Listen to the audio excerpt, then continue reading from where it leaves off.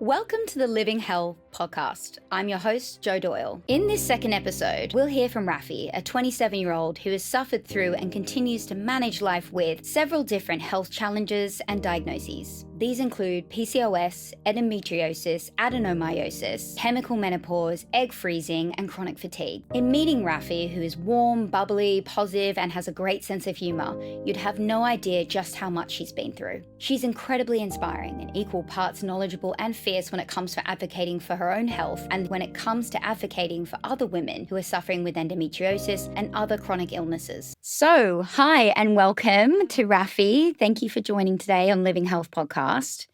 Here to talk about your journey, your health journey, and everything that you do to advocate for all these different conditions. And when I say all these different conditions, you've dealt with PCOS and dealing with endo, adenomyosis, surgeries, egg freezing, chemical menopause, and you're only 27 as of 3 days ago. Yeah.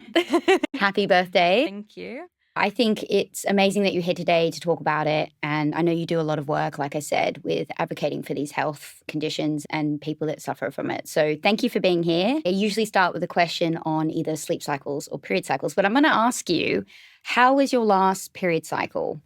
So I actually just finished my period a couple days ago, and it was weirdly okay, which is odd. I think because it was the first one after the last round of egg freezing I did, so it was bound to be a bit different. I had no idea when it was coming. It was actually worse a few days before than the actual thing.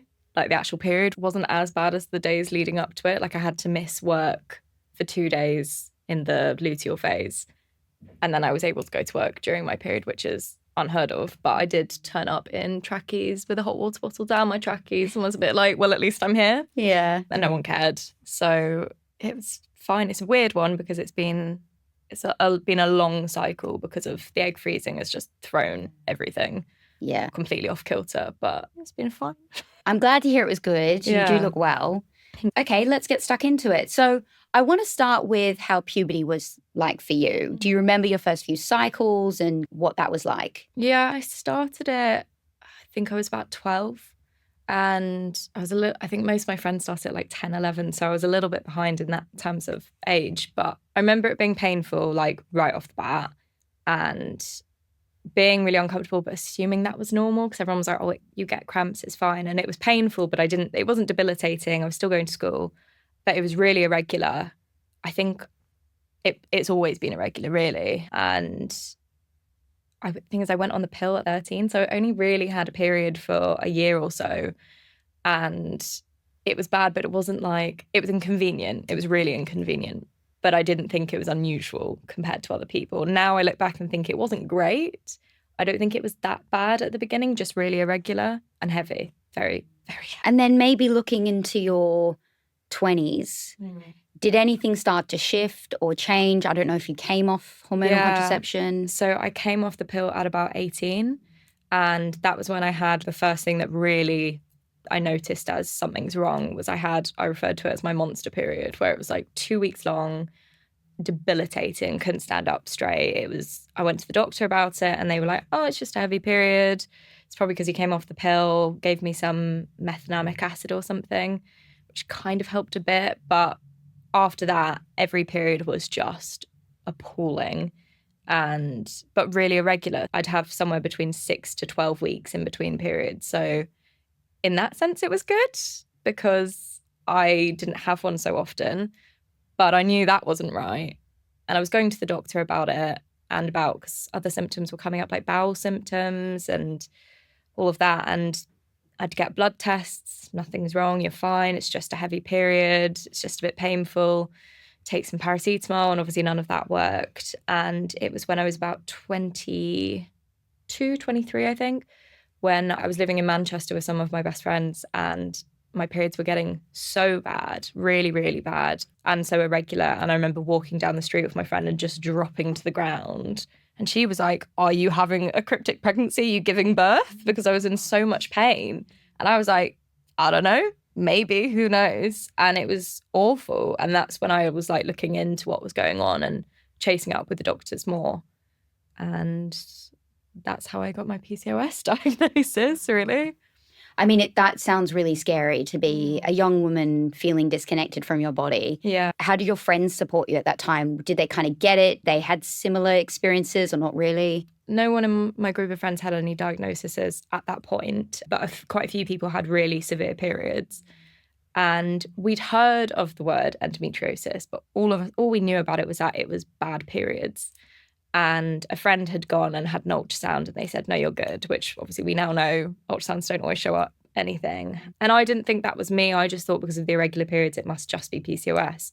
My friends were really good. They were really supportive, especially like the ones I was living with, because I was constantly crying and coming back from doctor's appointments, feeling really defeated and upset and crying all over them. And it was good because I was living in Manchester. My parents are back here. It was good to have the support network. So obviously my parents were over the phone, but it's not quite the same. But my friends have always been incredibly supportive. Even when they haven't understood entirely what I'm going through, they've still done their best. Yeah. And sorry, you said you were at uni at that time. So yeah, I did an open uni degree, so I could live wherever I wanted. And all my friends were living in Manchester and I was lonely. So I was like, well, I'll just come live with you guys for the last year of uni. And yeah, so just did a year there and then moved back to London with everyone. Nice. Yeah. How was it like studying and learning at that time? It was actually because I chose to do the open uni before any of this really, like things were bad, but I didn't know what was going on.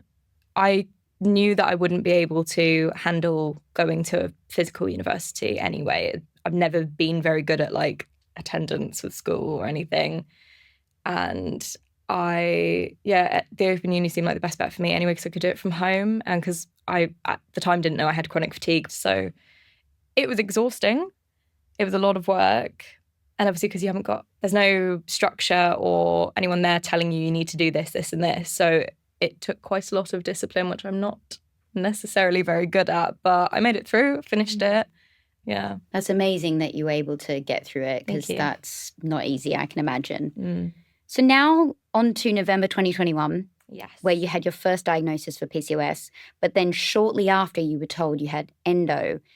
Can you explain how you reached that diagnosis, what kind of thoughts were going through your head, and the fact that you were able to get two diagnoses quite close together? I mean, most people, it takes 9 years in the UK to get one of those things. Yeah, so I was going to the doctors in Manchester, and I think it's probably because I had a new GP. So the diagnosis for PCOS was, I think, blood tests for androgen levels, an internal ultrasound, and just general symptom checking.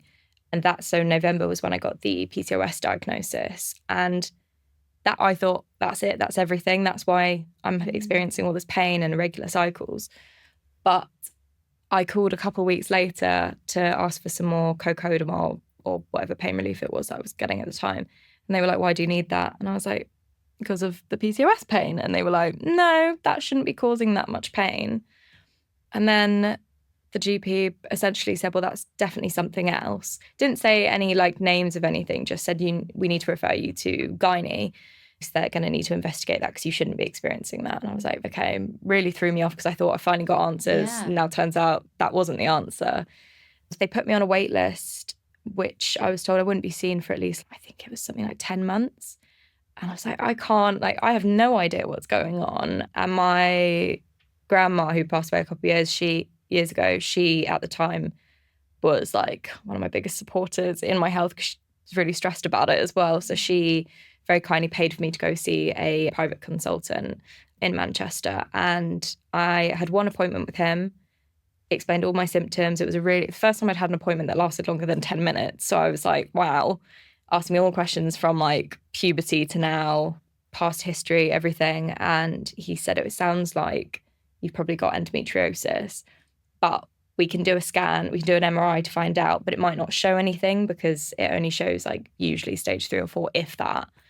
So we can do that, but there's a chance we need to do surgery anyway to find out. And I was like, okay, really overwhelmed, went home crying, doing so much research, loads and loads of research. And then a couple of weeks later, so in February, I had the MRI. And then a week or so after that, went in for my appointment. And he said it's stage 4. Didn't think anything would show up, but it's stage 4. He was like, it's everywhere, it's deep infiltrating. He said, you probably want to get your eggs frozen because basically it's a hot mess and you'll need to have surgery, a multidisciplinary surgery.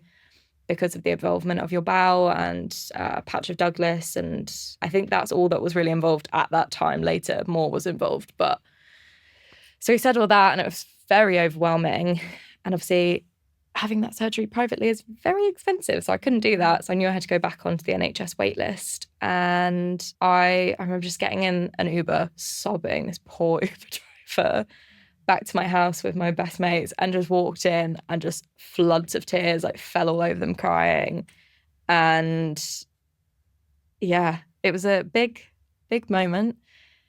And after that, I think I just went a little bit obsessively researching, still do, about endometriosis and just like how did it take so long? Because I think obviously I was 18 when I first went to the doctor about it, and I was 23, I think, when I got the MRI diagnosis. So that's 5 years, which is pretty good going for endometriosis diagnosis, but terrible in the grand scheme of things. And yeah, so that was how I got them so quickly, because I went private. If I had waited for the NHS referral, I don't even know if I'd have a diagnosis now, which is unfortunate because most people can't afford to go private for a consultation and an MRI. And I was in a really privileged situation to be able to do that. Yeah, I mean, we're hoping that how they diagnose endo definitely changes soon. I've seen they're looking at blood tests being able to show indicators, and a few different scans that people are like trialing out, but obviously none of that is on the NHS yet. Yeah. And there's also like really early stage pads that can detect endo, which is exciting, but obviously we're a little way off. Yeah. So it didn't stop there for you. No. Shortly after, you were also diagnosed with Adenomyosis. That's it. How is this possible, and how did that come about? So I don't remember if when I had that MRI, whether he mentioned it or not. I don't think he did, but it was a year later, after a bunch of drama with the NHS hospital. They basically said you need to freeze your eggs or we're not going to operate on you. We're not even going to do an exploratory laparoscopy. And I was having a scan for the egg freezing, and they said, oh, have you got adenomyosis? And I was like, no one's told me that. I was like, I wasn't surprised at all. Yeah, Okay. it like grows like in the muscle. So it's like the same thing as endo, just inside the womb. Oh. And they were like, oh, you're a med student. And I was like, no, I'm just like obsessive about research. So I know this. And they said, well, we can't diagnose you officially. Your gynecologist is going to have to do that. And they did confirm it after my first surgery the following April that I had adenomyosis. But quite mild. They have said it is mild, which is good. But it's still the only thing that can be done to help adenomyosis is a hysterectomy. And I'm not at that point in my life yet. So, And I don't want to move past this part in your story without you explaining a little bit more about the kind of symptoms that you've had up until this point. I think really paint a picture for people about what you were dealing with on a day-to-day. yeah. So I mean, on a day-to-day, I was always in pain. I'm never not in pain, but it can just be a lower, dull ache across my pelvis. But I think the things I was struggling with the most at that time anyway was just like random stabbing pains in either side of my, like, I always assume it's like my ovaries, but I obviously have no idea what actually is where. And quite bad hip pain. That's got worse over the years. And that's just like on the daily. That's not even when I'm on my period. So on my period in that point before any surgeries, just completely debilitated, unable to stand, can't stand up straight. Like if I needed to get out of my bed and go to the bathroom, I'd be like hunched over. Took me years before I finally got a walking stick, which I don't use very often anymore, but I did have to use quite a lot last year. And just radiating kind of pain all round and like bowel pain. So like a bit TMI, but if I need to go to the loo for a bowel movement, excruciating pain beforehand, a bit during, and then I'm okay after. I don't have this so much anymore, but there was a point where with my bladder, every time I needed to wee, I would have like really intense pressure in my pelvis, and not like I was bursting for one, just like a normal one. And that went on for a while. That was really tough. I think a lot of people describe it as like barbed wire kind of feeling, and that kind of makes sense to me. And the like electric shock kind of pain, I feel that consistently.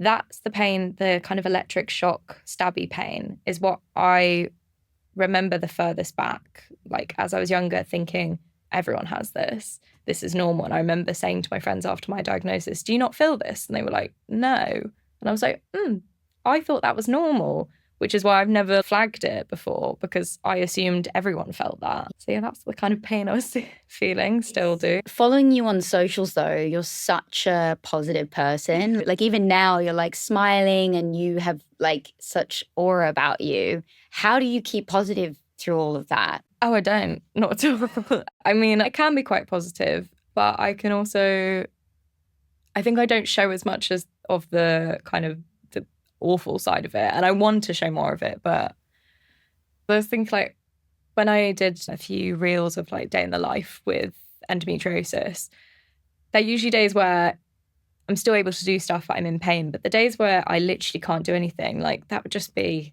just a video of me in bed for the entire nothing. And it's just, maybe people want to see that, but I don't. It's just a bit boring. But then I guess it's also accurate about what's happening. And although I think in some ways it would probably be good to show, because there's a whole grieving the person you were before. Because before all of this, before I started becoming properly unwell, I used to go traveling on my own. I used to go to festivals all the time. Like nothing, it was all fine. I was tired, but the pain wasn't so bad. And I'm not able to do those things anymore. I'm sure like there are ways I could do things, but it's not the same. And I can't drink as much like how I used to be able to, which is probably not a bad thing, but it's not the same. And I don't know, I don't want to be negative on social media all the time. And also I think there is an element of people be like, oh, it's attention seeking or whatever. And I don't want that. And it's not that. But also at the same time, I want to show it. Have a really depressing account where people scroll through and they're just like, oh, her life's miserable. Because it's not all miserable. But last year was. And I do notice when I'm in particularly bad patches, I stop posting. And I did after my second surgery last year. I stopped posting for a month and I've had little drips and drabs of just stopping posting. Yeah. I guess I just have really good people around me. That helps stay positive. I think you do a great job of balancing out your content. I think you need to be real. It's something that you have to live with and it's not pleasant. But I do think that from what I could see, you give a lot of people hope and encouragement and support. And so I think you balance that really well. Now I want to talk about your first surgery and then on to egg freezing round 1 and then maybe the chemical menopause between surgery 1 and 2. Can you talk me through that entire chapter? Yeah. So the first round of egg freezing was actually before any surgery. Right. So that was when I was 24. So that was May 23. Oh, it was awful. It's so intense, egg freezing, because you're just injecting yourself with hormones. So you're PMSing, but like times 100. And sorry, you did say that they wouldn't do Yeah, they wouldn't operate unless I did a round of egg freezing, but obviously it wasn't covered by the NHS in my area anyway. I know there are some parts of the UK where you can get a couple rounds on the NHS with endometriosis. I'm not in that area, so that was paid for. Yeah, it was a lot. I was lucky. I got 8 eggs the first time, which for endometriosis and for how low my AMH level, so it's like your egg count, I wasn't expecting to really get any. When I woke up from the egg retrieval on all the drugs and they said we've got 8, I just hysterically cried because I really wanted more, obviously, but 8 was actually very good.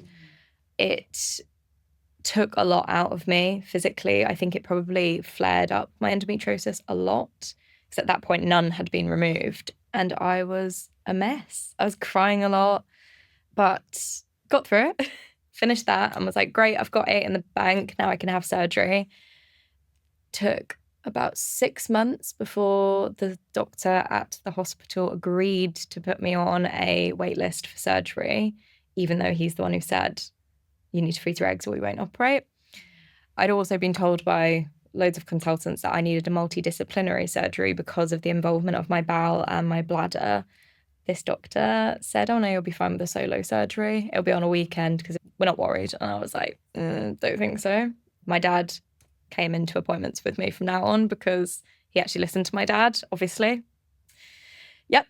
Wow. Yeah, there's so many elements to it, whether the doctor himself is sexist, the whole system is a bit sexist, underfunding, etc.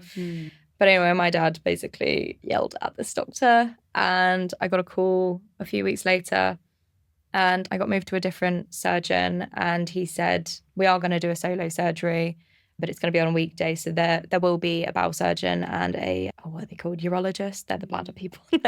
They'll be nearby if we need them. And I was like, okay, that's fine. I had it in April. He asked me if I wanted to go on chemical menopause beforehand, and I said, absolutely not.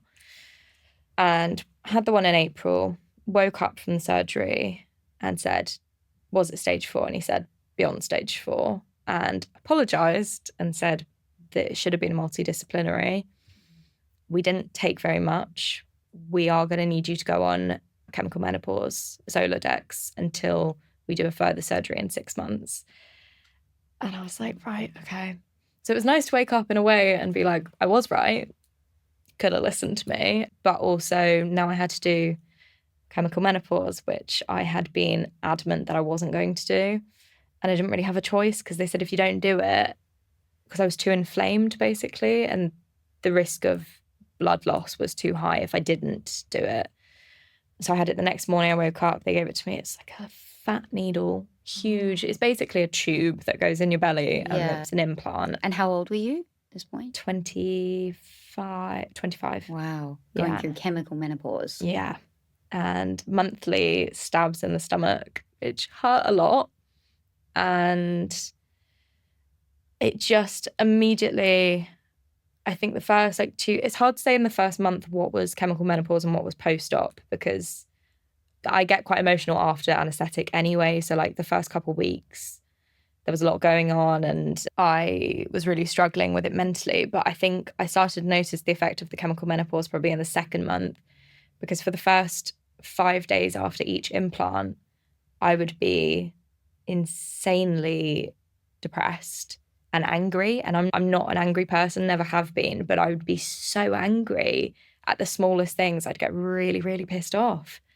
And I felt so low, and I kept saying to my mum, I don't feel like me. I don't feel like myself. This is horrible. I don't want to be on this anymore. And I kept sending emails to the endometriosis department at the hospital being like, I actually can't cope with this anymore. I either need to stop or I need help, because my mental health was the lowest that I'd ever really experienced. And I went in for an appointment and they said, it'll probably be in about 6 months. And at this point, I'm 3 months in, and I was like, no, you said 6 months. I'm not doing longer than that. And then at that point, they offered me HRT, which, to be honest, they should have offered me from the get-go, because I was 25 in menopause. They should have been giving me HRT to support me and my bone health. I think one of the worst things I physically experienced with it was my hip is now really dodgy. I have really bad hip pain walking. If I walk for too far, it's excruciating. And I hadn't really had that before the menopause. And did you say that was because of bone health? I think so, but no one's really looked into it. I have spoken to a physio at my GP, and they've suggested some exercises which I've been doing, but they are helping a bit now, but they didn't help at the time. And the menopause, I think I had 7 implants in total. And that's when I said I'm not doing anymore, because they still hadn't given me a surgery date. And at this point, I was researching Zoladex a bit more, because I was like, I feel awful. My mental health is a state. I feel awful. Yes, I wasn't getting periods, but I was still in just as much, if not more, pain.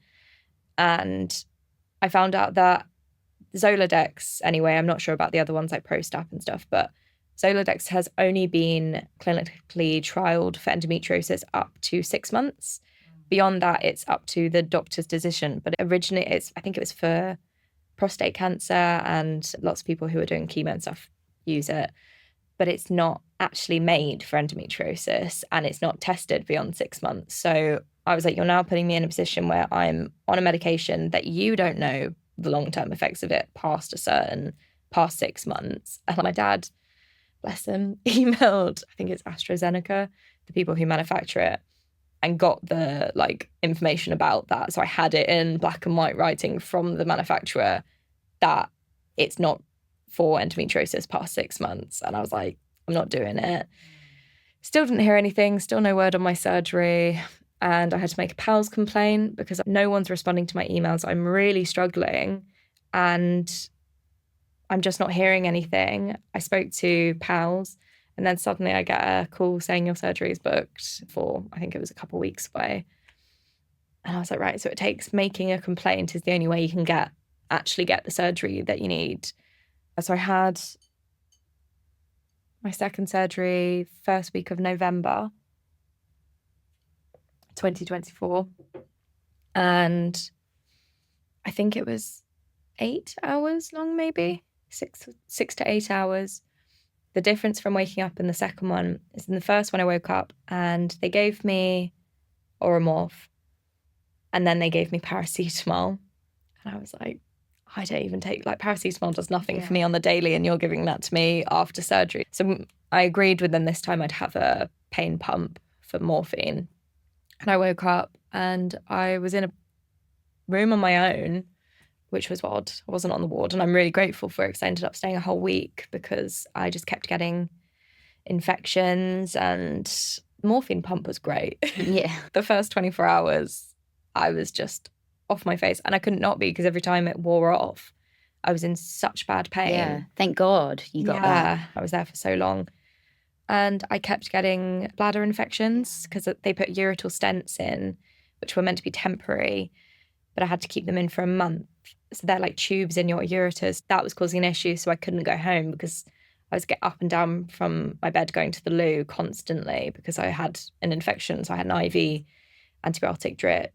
I got institutionalized really quickly. I immediately was like, I know I'm having jelly at this time and this is the meal I'm having. It wasn't as bad as I thought it'd be. And actually, I've been a lot better since that surgery. And which surgery was that? Was that your... The second one. Yeah, so that one they took everything. They hope. It was meant to be excision only. They did a lot of ablation, which I hadn't agreed to. And ablation's the one you don't want because it's like thinking of the endometriosis as like plucking or shaving. The excision, you're taking it out of the root. And ablation, where they're burning it, is basically just like shaving it so it's going to come back quicker. So I wasn't thrilled about that when I found out. Did they tell you why? They thought it was the safer option because of where they did it around my ovaries to protect my fertility. And I'm sure that's a valid reason. Obviously, I'm not a doctor or a surgeon, so I don't know. I do know that excision is the better option and there are surgeons who can do excision on those areas. I just don't know if that surgeon was able to, and that's fine.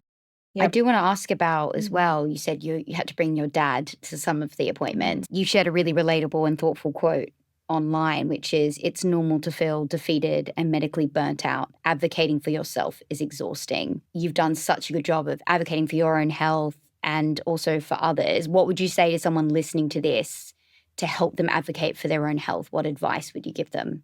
I think, honestly, is bring someone, because although there's only so much you can do by yourself, and you can do the whole thing by yourself, and we all try to do that, but sometimes it's good to have someone there, one, so there's someone else there to back you up. But also I do feel, and this isn't every doctor, obviously some are great, but I do feel there's some doctors where they'll take you a bit more seriously if there is someone else with you there, so they can't, I don't know, gaslight you, to be honest. And that's not all doctors. Like, I've definitely had doctors where I know they're taking me seriously for me and me alone. And don't be like ashamed that you need to have someone with you, because it is exhausting. Because it's not just the living with the condition, it's the admin of having to chase appointments because they're never on time, and having to send emails and calls, and inevitably having to make complaints because nothing's been handled correctly. And then going to an appointment thinking you're going to find out finally the answers to the many questions you've got, and coming away with even more questions. And it's exhausting, and you will probably cry at a lot of appointments. And it's good to have someone with you, even if it's just a friend for moral support to hold your hand while you're doing it, even if they're not there to talk, or even just to take notes while you're talking, so you don't need to do that, so you can listen. Yeah, and think about, the questions. Then on to egg freezing round 2, then your chronic fatigue diagnosis. And you told me then you had even more egg freezing ahead of you. Yeah. Talk me through that and leading up to, I guess, your life now. Yeah. After my surgery, they said, you either need to do IVF now or freeze more eggs because you just need to. And I was like, cool. I thought I need to have a break first. I've just had a year of 2 surgeries, chemical menopause. I just need a minute without anything medical. I kept putting it off because I knew that the first time it flared up my endometriosis a lot and I was feeling good. But I also was like, the longer I put this off, the worse it's going to get and the chances will be lower and all of that. So a few months ago, I basically was like, I'm going to do it. So that was 2 years after the first round. I went to the same clinic and it felt quite nice because it was the same people. So it was all very familiar. And I'd have a slightly higher dosage of some of the medications this time just because of various things that have changed. And they didn't think I'd get many eggs at all. They thought maybe 2 or 3 each round. So I decided to do a 3-cycle package because it just worked out a little bit cheaper. But then I ended up getting 10 eggs on that round. So I wish I hadn't paid for 3 rounds because I could have actually just left it at 18 in total, but I've paid for them now. I wasn't expecting 10 by any means. Like they kept saying, oh, we're seeing this many follicles. That doesn't mean that they've all got eggs in them. And I just kept being like, I'll be happy if I have 2. I'll be happy if I get the same amount as I did last time. So when I woke up and they said we got 10, I was really happy.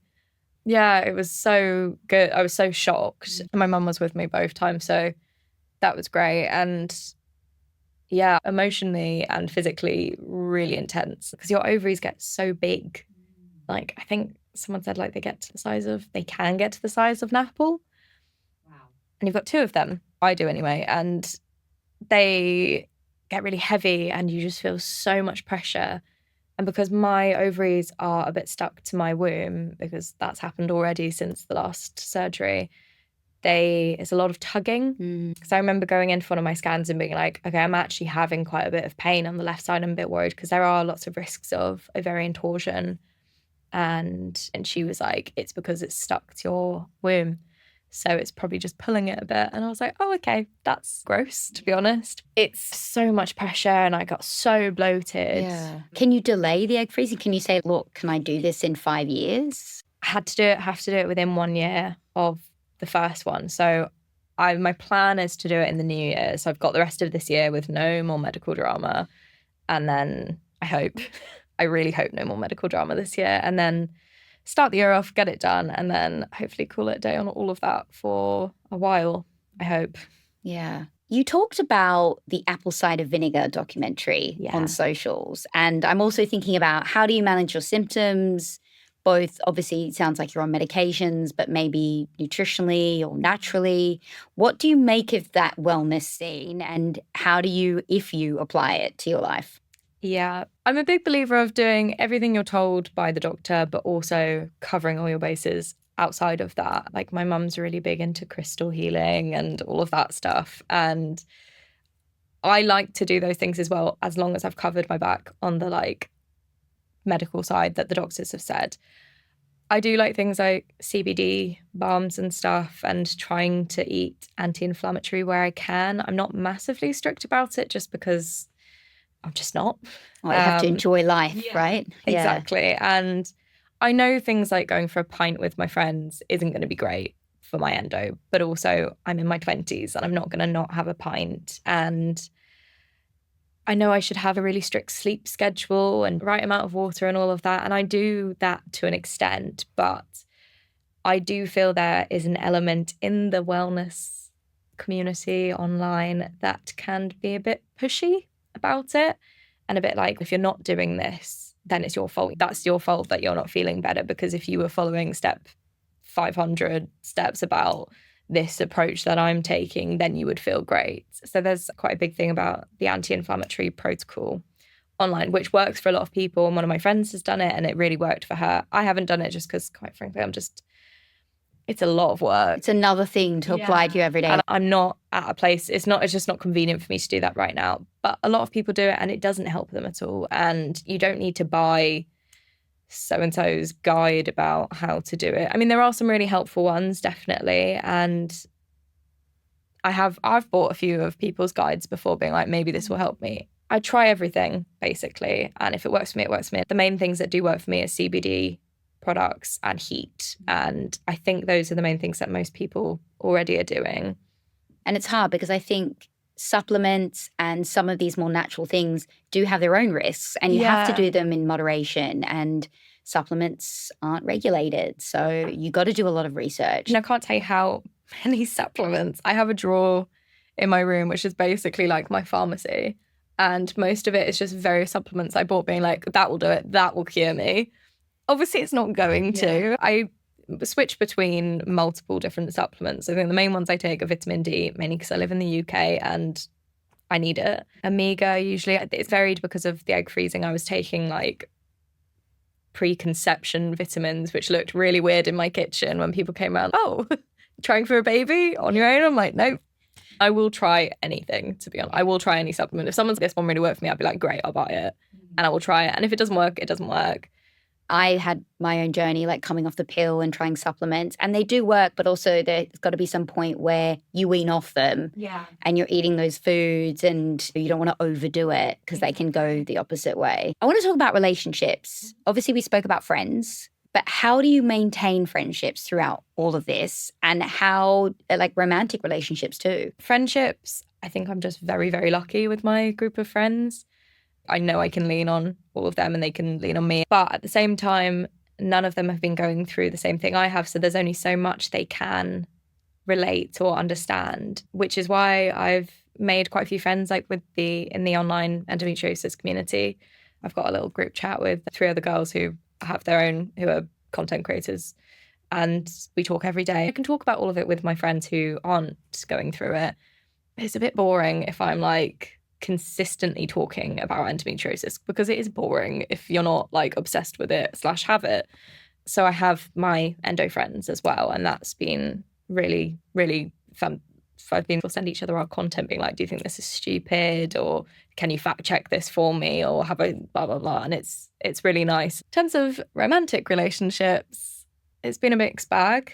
I was seeing someone, ended for reasons unrelated to endo, but there was a point in the first couple of months where I think he realised quite what me having these conditions meant. I think he saw me have a flare-up or something and was a bit like, oh, I didn't realise it was quite like this. I need to think about whether this works for me, if I'm going to be able to handle this, which obviously, absolutely fair enough. But it was the first time I suddenly went, oh, this actually could be an issue for someone. You can't have strict plans and routines and stuff when you're living with a chronic illness, because things change all the time. And that's fine for me because I'm quite happy to just go with the flow and change plans whenever, but that doesn't work for everyone. And he was great about it and really researched it and went on loads of Reddit forums about dating someone with endometriosis, etc. My previous partner, who I was actually living with during both of my surgeries, honestly, I think to this day, if you asked him what endometriosis was, he wouldn't be able to tell you. He was awful for a bunch of other reasons. But yeah, after being in hospital for a week without being visited once, I ended that when I got home. Yeah. Terrible, man. But the endo was never really an issue for him. But I think more so that he just didn't care rather than it not being an issue because he didn't mind, sort of thing. Whereas the guy I was seeing more recently, it wasn't an issue, but it was something that he was like, I'm going to have to consider this because if we are going to be together for the rest of our lives, this is going to be my issue as well. And I really appreciated that he actually took the time and went and thought about it. And ultimately it didn't work out for other reasons, but it's hard because it's like now I'm single and going on dates every now and again when I can be bothered. When is it appropriate to bring it up? And like, how much do I bring up? And because I'm not wasting time as much, I think, anymore. Like I bring it up as early as I can. mainly because it just weeds out assholes. But I'm 27, I had to freeze my eggs. My fertility clock is ticking. I do want children, but I also don't want to just be with anyone because that's what I want. And it's definitely like changed how I view dating completely, and a bit like how I want to be, how I see my life. And having a child is more important to me than a partner. And if it gets to the point where I'm like, I haven't found someone who I'm willing to spend the rest of my life with, then I will just do it on my own, which is a scary thought. And I really hope not to get to that point. But I mean, it happened to me meeting someone at 32, is that you know exactly what you want. Things move really quickly. Yeah. Like, it's very different to when you're in your 20s. You're like, oh, I've got time to make a decision. You just know straight away, this is my person.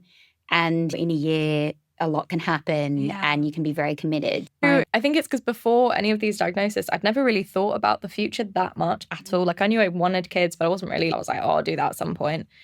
And now I'm like, oh no, that is something I really want, but my body might not allow that to happen. And it's just a lot more complex going into dating. So I'm like, I want to date someone, don't want to freak them out, but also here are the things I want in the future. And I'm not really willing to waste time. It's just, it's not ideal. It sounds like you've gotten the answers that you needed to about your health. You're still on that journey. And it's like, maybe when that's done, moving on to the next chapter. Yeah. What was it like talking to your family about this? I'm not sure if you're close with your mum, if you spoke to her about it, if she had anything similar in her life, in her experience. So I'm quite open, probably too open with my parents about it. They would prefer me not to be, honestly. My mum, as far as I know, and as far as she's told me, hasn't had any issues like this at all.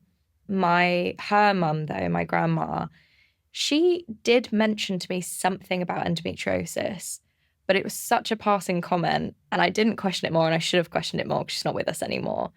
But she had something, and I know she had secondary infertility, and there were some things around that.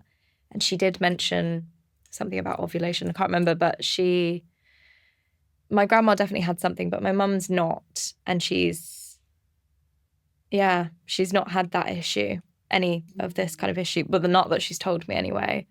My parents are very supportive, and they just don't like it when I talk about periods with them. Really don't like it. They've learned a lot about endometriosis, and my mum's always, oh, I told this person, I hope you don't mind me. And I'm like, no, do tell people. I don't mind people knowing I have endo because more people need to know about it. And it's definitely meant they've learned a lot more, and they've told a lot more people who have learned it. Like last year when I was really in the depth of it with the chemical menopause, that I was talking about it so much that they were like, you need to talk about something else because it can't take over your whole life. And they're quite good at reasoning with me when I need to like chill out a little bit. But they're incredibly supportive and open and will listen to me even when I'm being really TMI. I'm really glad that you have that support network, and I'm glad that you talk about periods. Even, when you go to work and someone's like, how are you feeling? You're like, I've got my period today. And it's like that point of like, it doesn't have to be so taboo. Yeah, I've always like really been very open, too open. And like one of my friends doesn't massively like talking about periods. So I went through a phase where every time my period started, I'd call her to let her know. And she'd be like, I just don't care. But I will talk about it. I have spoken about endometriosis in my new job quite a lot around some of the men in the office. And they've not been like bad about it. They've been asking questions, which I like. Because I'm like, they actually care. Maybe they don't care about me, but they're interested to know about it. And I'm not embarrassed by any of it. And I'm quite happy to talk about all of that. And if they have questions, I will answer them. And I have drunkenly before at a pub just started talking. I heard some guys talking about something, and one of them made a comment about their girlfriend. And then I just drunkenly was like, that's my opportunity. And they said something about periods, and I basically gave them a little bit of a lecture. But it ended with one of them being like, wow, I didn't know about any of that. And I was like, if you have a girlfriend, you should learn about this because she might have that. Yeah. I love that. Spreading awareness to men in the pub at a time. When I'm pissed, probably. Yeah, love it. Yeah. Thinking about community and spreading awareness, what is it like being online, sharing that experience, and what has the response been? Obviously, it's been positive for the most part, but has it always been positive? It's mostly been very positive. I've had a few like DMs or comments about more so things like, oh, well, you know, if you tried this, you'd be cured, or this person cured me, or you know, you should live anti-inflammatory and you'll be fine, and all that stuff. I get those quite a lot. They're annoying, but it's fine. More, only time I've had any kind of nasty comments have only been really when I've done like a collaboration with another brand. And I think those aren't usually about me necessarily, more just about the brands. I did work with a medical cannabis clinic for a bit, and there were quite a few comments being like, she looks so high. And I was like, I literally wasn't. Literally wasn't. Rude. Completely sober in that video. But I mean, so far it's been fine. I haven't had any negative. I've had really lovely messages and positive comments, but not. Because you run that series of endo stories, right? Yeah. Which is amazing. And I think your community love. Yeah, they do. I'm so behind. I've got 80 I need to get through. I did it for Endometriosis Awareness Month in March. I didn't anticipate so many people sending their stories, and there's so many. And I want to do them all justice. And I don't want to just shove them all in one post. I wanted to make sure each post is individual. So a lot of them are really similar. And it's a lot of the same thing over and over again of people being dismissed constantly. And I think it's quite nice for people because not everyone wants to have an account where they talk about themselves and their condition. I left a little comment section at the bottom. Mostly it's for people to give any advice that they want added to their post. But there's been a few messages in there like saying thank you so much. It's so nice to be able to tell my story. And thinking about the thought of identity, you talked a little bit about grieving the old person you were. How does the pain and how does health fit in with your identity? How do you identify with it? I know it's a big question, but there's a whole thing about whether with disability, the labeling of it, and whether you'd call yourself a disabled person or a person with disability. And I don't know where I would sit on that because it's not my entire identity, but it is a huge part of it. It's not me if you take that away. And I think, I don't know, I try to not let it be my whole identity, but it is such a huge part of it. And especially over the last couple of years when I've started posting about it and researching more about it and doing a bit of advocacy for it, because legally, technically, I am disabled, but I don't know if I would identify with a disabled person or a person with disability. It's something I think about quite a lot, but I'm not sure where I don't have to have it figured out, right? I've got 10 more questions I need to ask you, but we're running out of time. So I think I want to finish with your future and maybe advice you'd give to others. Maybe let's start with, I don't want to put any pressure on you, but do you have any ideas what the future holds for you in terms of life, or are you just getting through this period now and it's get through that first? I have no idea. I think I'm just getting through. I think after last year being so unwell and spending the whole year basically in bed, I'm just happy that I can, one, work again, to go out, like the fact I'm here. I wouldn't have been able to do this last year.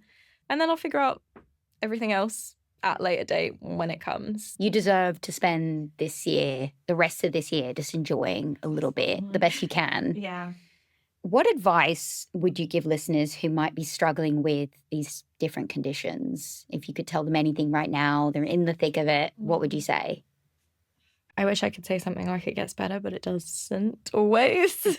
I think advice-wise for if you're getting diagnosed in the diagnosis period is track everything, every symptom, anything that might have caused a flare-up, any triggers.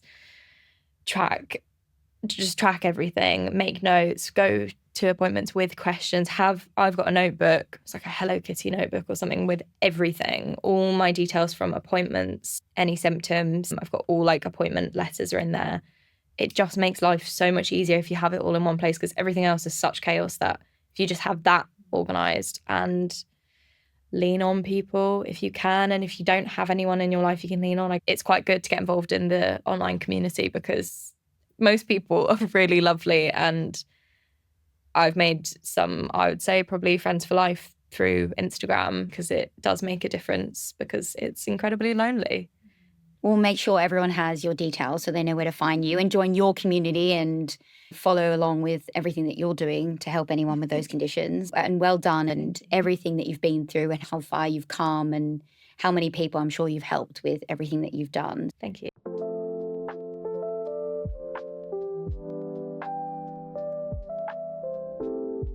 Thank you so much for listening and watching to the Living Health Podcast. If you are suffering with the same condition or you know someone who is, I hope you have practical information that you can take away or relate to some of the things that we've spoken about on this episode. We are always after feedback or recommendations, so please leave your thoughts or let us know who you'd like us to interview next.